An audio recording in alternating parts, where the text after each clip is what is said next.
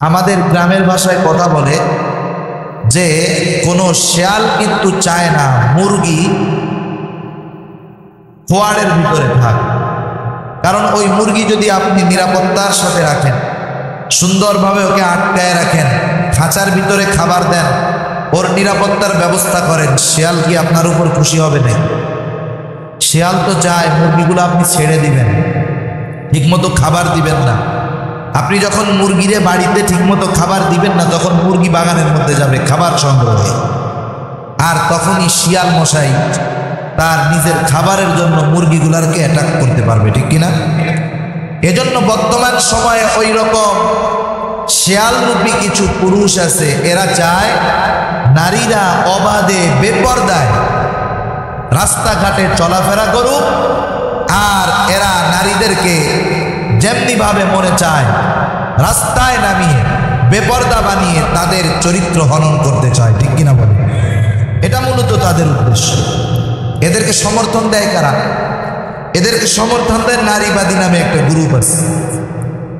এই নারীবাদী সংগঠনগুলা যারা পরিচালনার দায়িত্বে আছে, 18, 19, 20, 30 জন থাকতে পারে, এ সবগুলা নারী 3-4টা স্বামীর ঘর করে একটাও টিকতে পারে না।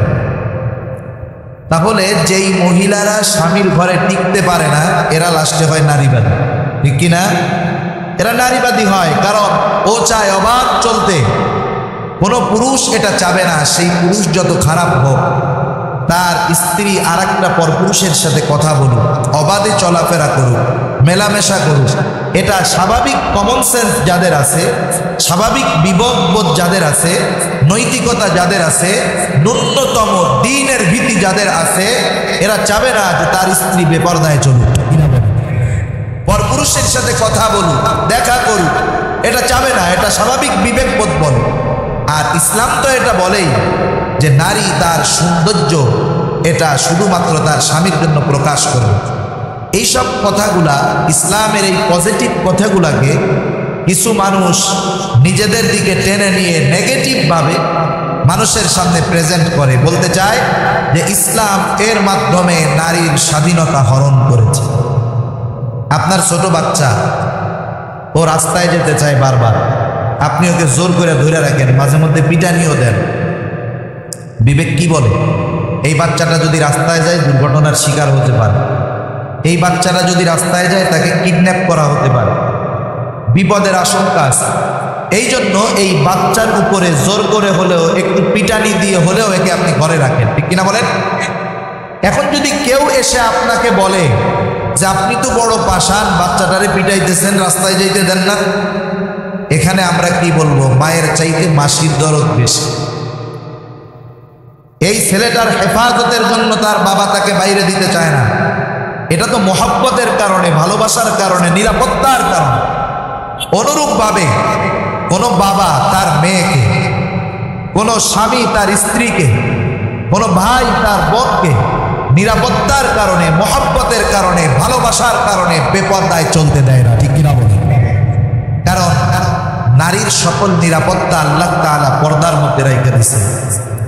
আজকে এই পর্দার বিষয়টা আমাদের সমাজে অনেক ক্ষেত্রে আমরা শিথিল মনে করি, কিন্তু এটা শিথিল না। আপনার যদি নামাজ কাজা হয়, আপনি চাইলে সেটা আদায় করতে পারবেন, কিন্তু আপনার যদি পর্দা বা কি থাকে কাজা হয়, আদায় করার সুযোগ আছে? এটার গুনাহ তো হয়েই গেল।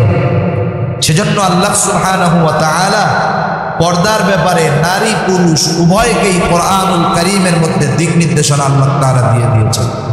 দেখুন, আমরা অনেক ক্ষেত্রে মনে করি যে নারীর চেহারা বা সৌন্দর্য প্রকাশ না করা এটাই মনে হয় শুধু পর্দার অন্তর্ভুক্ত, তা না। নারীর কণ্ঠস্বর এটাও নারীর সৌন্দর্যের অন্তর্ভুক্ত।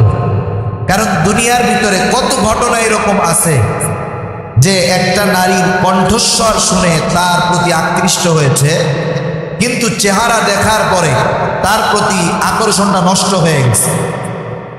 তাহলে প্রথমত এই মেয়েটার উপরে আকর্ষণ আসার অন্যতম কারণ হলো তার মিষ্টি সুর, ঠিক কিনা? এজন্য কোরআনুল কারীমের মধ্যে দুনিয়ার মধ্যে সবচাইতে পূর্ণবতী স্ত্রীরা হলেন রাসূলুল্লাহ সাল্লাল্লাহু আলাইহি ওয়াসাল্লামের স্ত্রীগণ। উম্মাহাতুল মুমিনিন, মুমিনদের মা ঘোষণা করা হয়েছে তাদের। রাসূলুল্লাহ সাল্লাল্লাহু আলাইহি ওয়াসাল্লাম দুনিয়া থেকে যাওয়ার পর রাসূলের স্ত্রীগণ কারোর সাথে বিবাহ বসতে পারবে না, এটা আল্লাহ নিষেধ করে দিয়েছেন। পুত পবিত্র এই নারীগুলার ব্যাপারেও আল্লাহ তাআলা কোরআনুল কারীমে তাদের কণ্ঠস্বরকে অপরিচিত কোনো লোকের সাথে সোজা কথা বলতে বলছেন, স্ট্রেট ফরওয়ার্ড কথা বলতে বলছেন। অথচ যেই নারীদেরকে আদেশ দেওয়া হলো, যেই সময় তাদেরকে আদেশ দেওয়া হলো, সেই সময়টা ছিল খায়রুল কুরুন, সমগ্র যুগের দুনিয়ার মধ্যে শ্রেষ্ঠ সময়কাল ছিল তখন। আর ওই সময়ের মানুষগুলা ছিল নবীর পরে দুনিয়ার মধ্যে শ্রেষ্ঠ মানুষ, ঠিক কিনা বলুন? অথচ তাদের সাথেও কথা স্ট্রেট কথা বলতে বলছেন আল্লাহ তাআলা। সেজন্য নারীর কণ্ঠস্বরটাও পর্দা। নারী রাস্তায় চলবে, পা জোরে ফেলে চলবে না, এটাও তার জন্য পর্দা। সুবহানাল্লাহ। আল্লাহ তাআলা নারীর হেফাজতের জন্য কত কিছু রাখছেন। শুধু তাই না, হাদিসের মধ্যে তো এটাই পাওয়া যায় যে পুরুষদের তুলনায় নারীরা কম আমল করে জান্নাতে যেতে পারে। কারণ একটা পুরুষ বাইরে যায়, কত ব্যস্ততা, কাজ করে, সুযোগ থাকে, কিন্তু একটা নারী সে যখন ঘরের মধ্যে থাকে তার কত দায়িত্ব, রান্নাবান্নার দায়িত্ব, সন্তান লালন পালনের দায়িত্ব, স্বামীর মা বাবার দেখাশোনার দায়িত্ব। এত দায়িত্ব পালন করতে গিয়ে নফল ইবাদত তার ঘাটতি পড়ে যায়। সেজন্য রাসূলুল্লাহ সাল্লাল্লাহু আলাইহি ওয়াসাল্লাম নারীদের জান্নাতে যাওয়ার সহজ রাস্তা বলে দিয়েছেন। সুবহানাল্লাহ। অল্প কয়েকটা কাজ যদি কোনো নারী করে, আল্লাহর নবী বলেন জান্নাতের 8টি দরজা, যেই দরজা দিয়ে খুশি সেই দরজা দিয়া ওই নারী জান্নাতে প্রবেশ করতে পারবে। রাসূলুল্লাহ সাল্লাল্লাহু আলাইহি ওয়াসাল্লাম বলেন, ইদা সাল্লাতিল মারআতু খামসাহা ওয়া সামাত শাহরাহা ওয়া হাসসানাত বা'লাহা ওয়া হাসসানাত ফারজাহা ওয়া তাআত বা'লাহা দাখালাত মিন আইয়ি আবওয়াবিল জান্নাতি শাআত। রাসূলুল্লাহ সাল্লাল্লাহু আলাইহি ওয়াসাল্লাম নারীদেরকে উদ্দেশ্য করে 4টি কথা বলেন। নবী আমার বলেন, এই 4টি কাজ যেই নারী করবে, জান্নাতের 8টি দরজার যেই দরজা দিয়ে খুশি এই নারী জান্নাতে প্রবেশ করতে পারবে। 1 নাম্বার, নবী আমার বলেন, যেই নারী যথাসময়ে 5 ওয়াক্ত নামাজ আদায় করবে, 5 ওয়াক্ত নামাজ যথাসময়ে সঠিকভাবে আদায় করবে, নামাজের ক্ষেত্রে গাফিলতি করবে না, নামাজের প্রতি যথেষ্ট ইহতিমাম রাখবে, গুরুত্ব রাখবে। কারণ কি, নামাজ তো এমন একটা ইবাদত, আল্লাহ তাআলা কোরআনুল কারীমের মধ্যে বলেন, ইন্নাস সালাতা তানহা আনিল ফাহশাই ওয়াল মুনকার। নামাজ সকল প্রকার অশ্লীল ফাহিশা কাজ থেকে নামাজিকে বিরত রাখে। এই জন্য সমাজের মধ্যে দেখতে পাইবেন যেই নারীগুলা ইহতিমামের সাথে যথাসময়ে সুন্দরভাবে 5 ওয়াক্ত নামাজ আদায় করে, এই নারীগুলা অন্যান্য মহিলাদের চাইতে, নারীর চাইতে কম গুনাহ করে থাকে, যদিও গুনাহ করে। কারণ যেই মানুষের মধ্যে নামাজের গুরুত্ব আছে, সেই মানুষের মধ্যে এমনিই পাপ কাজটা কম পাওয়া যায়, সে পুরুষ হোক আর নারী হোক। সেজন্য নবী আমার 1 নাম্বার বলছেন 5 ওয়াক্ত নামাজ যথাসময়ে আদায় করে। ওয়া সামাত শাহরাহা, রমজান মাসের রোজাটা যথাযথভাবে রাখে। নারীদের কিছু গুনাহ বেশি হয়, এর মধ্যে অন্যতম একটি গুনাহ হলো নারীরা গীবতে বেশি লিপ্ত হয়। মা বোনরা পরস্ত্রী কাতরতা, হিংসার ভিতরে বেশি লিপ্ত হয়। আর রোজার মাসে এই গুনাহগুলা একটু বেশি চলে, কারণ হলো রোজার মাসে তো আর 2-3 বেলা রান্না বান্না করা লাগে না, সারাদিন ব্যস্ততা কম থাকে। আশেপাশের কয়েকজন মহিলা যখন এক জায়গায় আসে, গল্প করতে করতে শয়তানের ধোকায় এক সময় ভালো গল্প থেকে গীবতের দিকে চলে যায়, হিংসার দিকে চলে যায়, পরস্ত্রী কাতরতার দিকে চলে যায়। এই জন্য রোজা যদি রোজার মতো রাখতে হয় তাহলে গুনাহ মুক্ত থাকতে হবে। নবী আমার বলেন, কিছু মানুষের রোজা এটা শুধু না খেয়ে থাকার নামান্তর, শুধুমাত্র তার ফরজিয়াতটা আদায় হলো। কিন্তু যেই রোজা জাহান্নামের আগুন থেকে তাকে বাঁচাতে পারবে, যদি রোজার মতো রোজা না হয় ওই রোজা তাকে জাহান্নামের আগুন থেকে বাঁচাতে পারবে না। as-sawmu junnatun, রোজা হলো ঢাল স্বরূপ, কিন্তু রোজা যদি রোজার মতো না হয় তাহলে রোজা ঢালের কাজ করতে পারবে।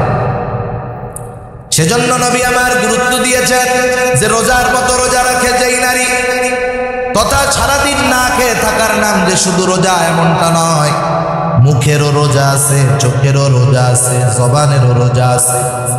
গীবত করলো না, চোখ দিয়া সারাদিন গুনাহ করলো না, অন্তর দিয়া কারো ব্যাপারে খারাপ ধারণা পোষণ করলো না, কাউকে জবান দিয়া কোনো খারাপ কথা বললো না, গীবত করলো না। এইরকম যদি কোনো নারী রোজা রাখতে পারে, এরপরে যেই নারী তার সতীত্বের হেফাজত করে, সতীত্বের হেফাজতের অন্যতম মাধ্যম হলো শরীয় পর্দা। সতীত্বের হেফাজত করবে শরীয় পর্দার মাধ্যমে, আধুনিক পর্দার মাধ্যমে নয়। মডারেট ইসলাম আমাকে আপনাকে জান্নাত পর্যন্ত পৌঁছাতে পারবে না। মডারেট ইসলাম হলো ইসলামকে আধুনিকায়ন করা। কথা বুঝতেছেন? ইসলামকে আধুনিকায়ন করা, এটা হলো মডারেট ইসলাম। অথচ ইসলাম ওটা না। আমি ইসলামের আলোকে আলোকিত হব, আমি ইসলামের সাথে সাজবো, ইসলামকে আমার সাথে সাজাবো না। আজকে তো আমাদের দেশে এই বিষয়গুলো বেশি হয়। আমরা মনে করি ওই হুজুর সবচেয়ে ভালো, যেই হুজুর আমার মন মতো ফতোয়া দেয়। ঠিক না? এক লোক বউকে দিয়া দিছে 3 তালাক। কয় তালাক? 3 তালাক দিয়েছে। এখন আসতে তো আপনাদের এলাকার মাদ্রাসার মোহতামিম সাহেবের কাছে গেছে। কি করছো? বলে হুজুর 3 তালাক দিয়ে দিছি স্ত্রী। কাম তো সারছো, সম্পর্ক শেষ। শয়তানের কাজ হলো গোনাহ সংগঠিত হওয়ার আগে গোনাহ করানোর জন্য ওয়াসওয়াসা দেওয়া, রাগ বাড়ায়া দেওয়া। আর যখন গোনাহ সংগঠিত হয়ে যাবে ওর কাজ হলো ওই গোনার জন্য আফসোস করানো। স্বাভাবিক মানুষ যখন স্ত্রী তালাক দিয়ে দেয়, এরপরে তালাক হয়ে যাওয়ার পরে শয়তান চলে যায়, তার বিবেক কাজ করা শুরু করে, হায় রে ঘরে 3টা পোলাপান, আমি কি কাজটা করলাম, সব তো শেষ। দৌড়াই এবার হুজুরের কাছে গেছে, হুজুর তো জানাই দিছে কাম সারা। আর একজনের কাছে গেছে, বলে হ্যাঁ কাজ সারা, কাজ হবে না, শরীয়ত পদ্ধতিতে ফিরায়া আনতে হবে। তাহলে কি করব? আর এক শয়তানে ওরে বুদ্ধি দিছে, এক কাম কর, তোর এলাকার হুজুররা তোর পক্ষে নাই, তুই যদি তোর পক্ষের মাসালা পাইতে চাস এক কাজ কর, ঢাকা শহরে আহলে হাদিস আছে, ওই জায়গায় চলে যা। এইবার তুই আহলে হাদিস হয়ে যা, দেখবি 3টা কেন একসাথে 100টাও যদি দেশ, একটার বেশি কিন্তু হবে না। তাহলে এই লোকটা এলাকায় আইসা তখন কি বলবে জানো? আমাদের এলাকার হুজুররা কোনো হুজুর নেই, অন্যরা সহি হাদিস বুঝে নাকি? কে বুঝে? ঢাকা শহরের বংশালে গেলাম, ওরে বড় বড় শায়েখ, এত বড় বড় শায়েখ, কোরআন শরীফ শুদ্ধভাবে পড়তে পারে না, এত বড় বড় শায়েখ আছে না আমাদের দেশে? এত বড় বড় শায়েখ। তা কি হয়েছে? উনারা বলছে তুই 1 টাকা, তুই 100টা দিতে, 14 গোষ্ঠী ধরে দিতে, একটার বেশি হইতো না। ওই হুজুররা খুব ভালো। এখন ওই লোকটা কেন ভালো বললো? তাকে ভালো বলার কারণ হলো সে মাসআলাটা তার মন মতো পাইছে, এই জন্য। ঠিক কিনা বলে? এই এলাকার বড় বড় যত আলেম আছে, মুফতি জিয়াউদ্দিন সাহেব এখন তার কাছে ভালো না। কেন ভালো না? কারণ উনি তার পক্ষে ফতোয়া দিতে পারে নাই, এই জন্য ভালো না। তার মানে আমাদের অবস্থা এরকম, আমাদের কাছে তাকেই বেশি ভালো লাগে, আমরা আমার মন মতো ইসলাম যার কাছে পাই। কিন্তু ইসলাম এটা বলে না, আমাকে আমার চাহিদা বিসর্জন দিয়ে আমাকে ইসলামের আলোকে আলোকিত হতে হতো। তা যাই হোক, যে কথার দিকে গেলাম, শরীয় পর্দা করতে হবে।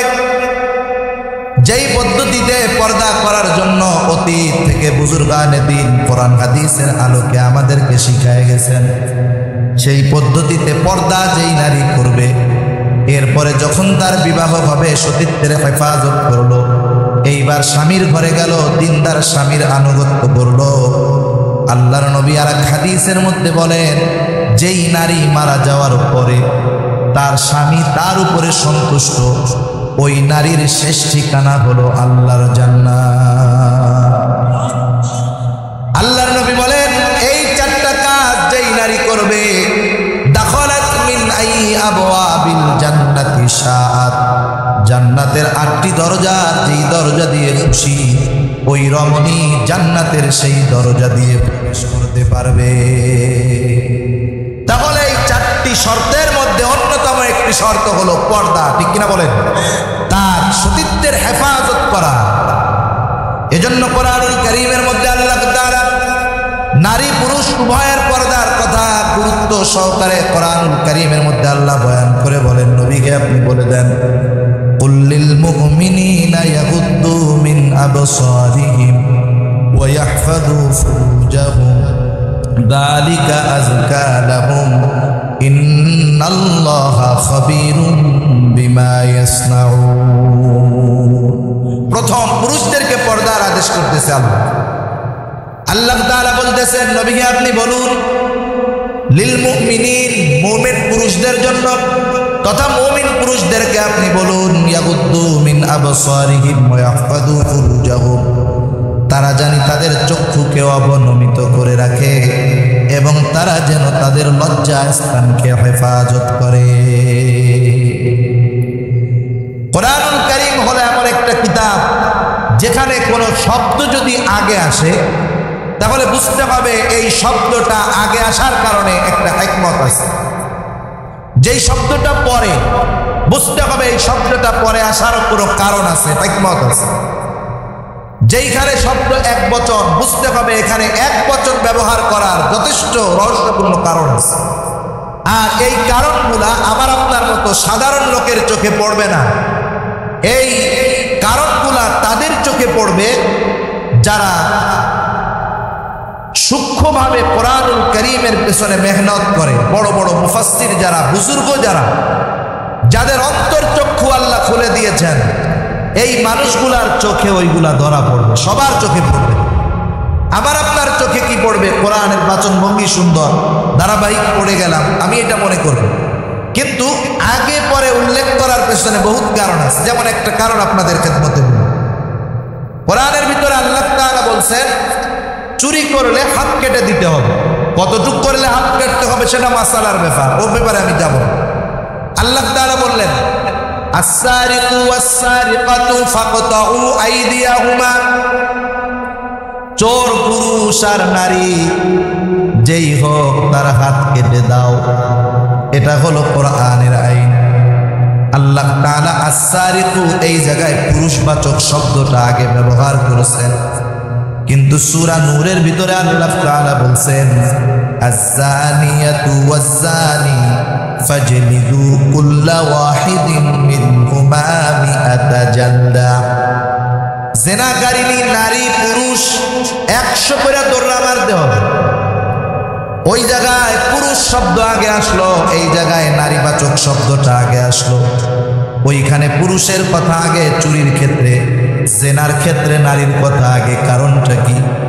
বিজ্ঞ মুফাসসিরিনে কেরাম বুজুর্গানে দিন বলেন, চুরি সংগঠিত হওয়ার জন্য পুরুষের প্রাধান্যতা থাকে বেশি, আর জেনা সংগঠিত হওয়ার জন্য নারীর প্রাধান্যতা থাকে বেশি।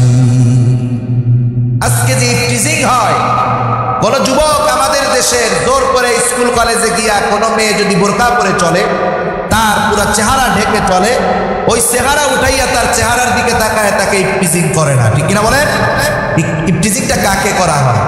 যেই নারী তার সৌন্দর্য প্রকাশ করে মানুষের সামনে চলে, যুবকদের সামনে তার দেহর বাচন ভঙ্গি, কথার বাচন ভঙ্গি, দেহর চলন ভঙ্গি, হাঁটার ভঙ্গিমা প্রদর্শন করে, এই নারীগুলাই অধিকাংশ ক্ষেত্রে ইফটিজিং এর শিকার হয়। আপনি খোঁজ নিয়ে দেখেন, দুই একটা অনাকাঙ্ক্ষিত ঘটনা, এগুলা ছাড়া অধিকাংশ ধর্ষণ যেখানে হয়, খোঁজ নিয়ে দেখবেন ওখানে কোনো না কোনোভাবে ওই নারীর চলাচল বা যে কোনো একটা ত্রুটি বা তার নিরাপত্তাহীনতার কারণে এই নারী ধর্ষণের শিকার হয়েছে। এখন একটা নারী রাস্তায় একা চলবে রাতের বেলায়, ইসলাম তো এটা বলে না। ইসলাম বলে তুমি রাতে যখন একা চলবা তোমার সাথে তোমার মাহরাম পুরুষ থাকতে হবে, তোমার বাবা থাকবে, তোমার ভাই থাকবে, ভাতিজা থাকবে, ভাগ্নে থাকবে। তুমি রাত 9টার সময়, 10টার সময়, 11টার সময় একা একা বাহির হবা সাহসী মেয়ে হওয়ার জন্য, আর তোমাকে যদি কেউ তখন ধরে নিয়ে ধর্ষণ করে, তুমি তো তাহলে এই দোষ দিতে পারবা না যে আমি মুক্ত, আমি স্বাধীন, যখন খুশি তখন চলবো। ওই রকম অবস্থা হবে মুরগি যদি বলে আমি রাতের বেলা বাইরে থাকবো, আমার স্বাধীনতা আছে, ওর উপরে আক্রমণ আসতেই পারে। সেজন্য ইসলাম তো তোমাকে নিরাপত্তায় চলার ব্যবস্থা করে দিয়েছিল। তোমার বাবা